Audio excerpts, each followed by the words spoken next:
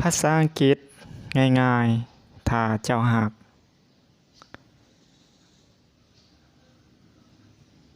English is easy if you love it Good morning everybody สบายดีตอนเช้านะพบกับข้าพเจ้าครูเพจ YouTube สอนภาษาอังกฤษตั้งแต่เริ่มต้นจนอ่านออกแค่ใดพบกันมื้อนี้นำเสนอการอ่านภาษาอังกฤษเนาะฝึกอ่านภาษาอังกฤษเป็นแม่นั้นเนาะมาฝึกอ่านนำกัน Capital Letter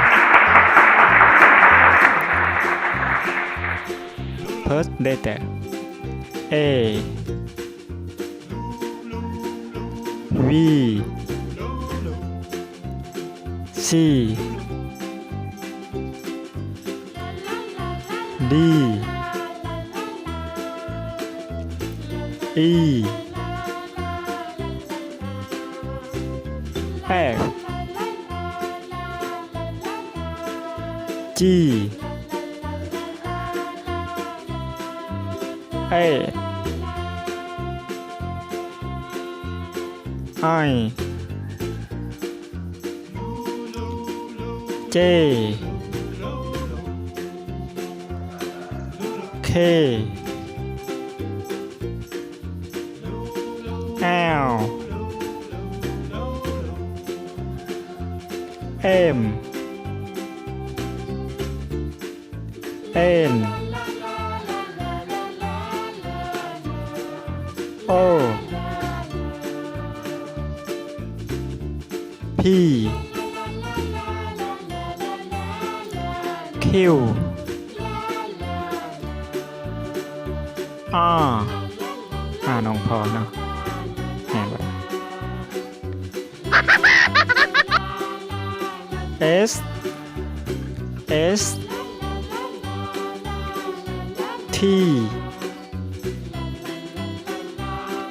U V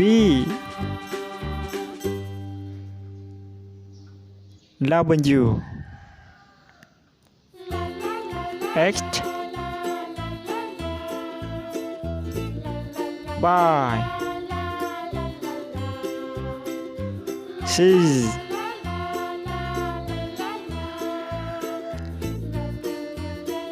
Small letter ตัวพิมพ์ A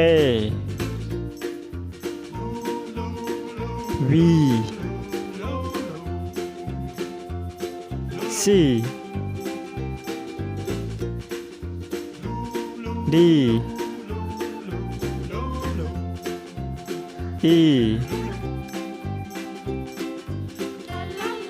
F G A I J K L M N O P Q R น้องพอ Oh no! S T U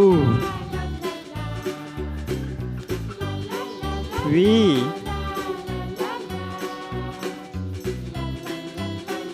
W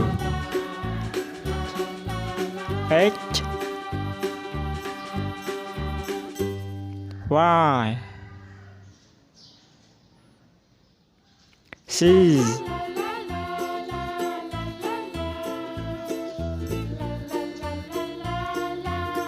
สำหรับคลิปนี้เนาะขอบใจได้ได้เนาะที่ให้การรับชมฝากกดติดตามช่อง YouTube ครูเพชรด้วย YouTube สอนภาษาอังกฤษตั้งแต่เริ่มต้นจนอ่านออกเขียนได้สำหรับคลิปนี้เอาสำนี้นะพบกันใหม่ในคลิปหน้าเนาะฝากกดติดตามและกดกระดิ่งด้วยนะบาย